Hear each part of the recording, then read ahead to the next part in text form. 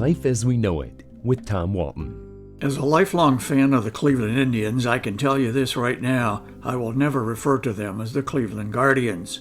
Even if you're not a baseball fan, you've heard the news by now. The Cleveland Indians have chosen a new name. After more than 100 years as the Indians, the team will be known as the Guardians, beginning with the 2022 season. The current season is the last for the Indians.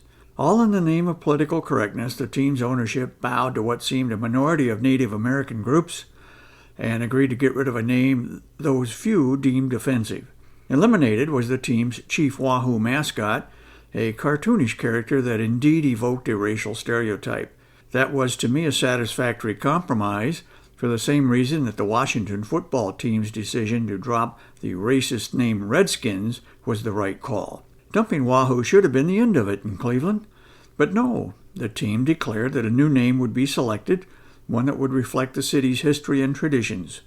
Of all the names bandied about, my personal favorite, if change was inevitable, was the Spiders, a nod to Cleveland's first professional baseball team more than 100 years ago.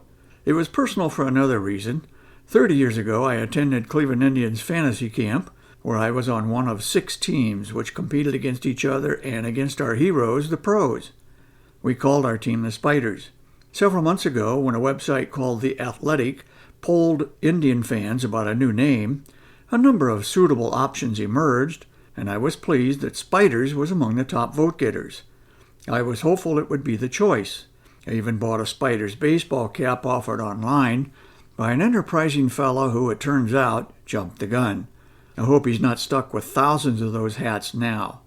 My second choice for a new name would have been the Cleveland Rockers, honoring the city as the home of the Rock and Roll Hall of Fame. Shot down again.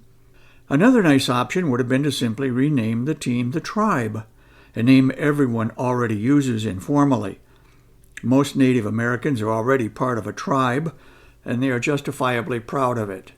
Instead, we are left with a name that will be difficult for countless Indian fans to fully embrace. Exactly what are the Guardians? In Cleveland, there are a bunch of statues on a bridge close to downtown. They are said to watch over traffic. So much for history, so much for tradition. It would have made more sense to honor actual humans. You know, the Cleveland Crossing Guards. If the team was adamant about naming the franchise for a statue, there's a fine one right outside Progressive Field, which honors the great Bob Feller. Okay, maybe the Cleveland Fellers doesn't sound quite right. In the meantime, what about the Atlanta Braves? If the name Indians is considered offensive, what about the warlike mascot in Atlanta and that maddening tomahawk chop and chant at every Braves game? I'm offended by it, and I'm not even a Native American. I have to believe Atlanta is now on the clock. There is one other upsetting aspect to the name change.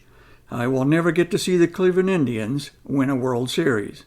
If the Guardians should ever pull it off, I'll be happy for the city, but not for those statues.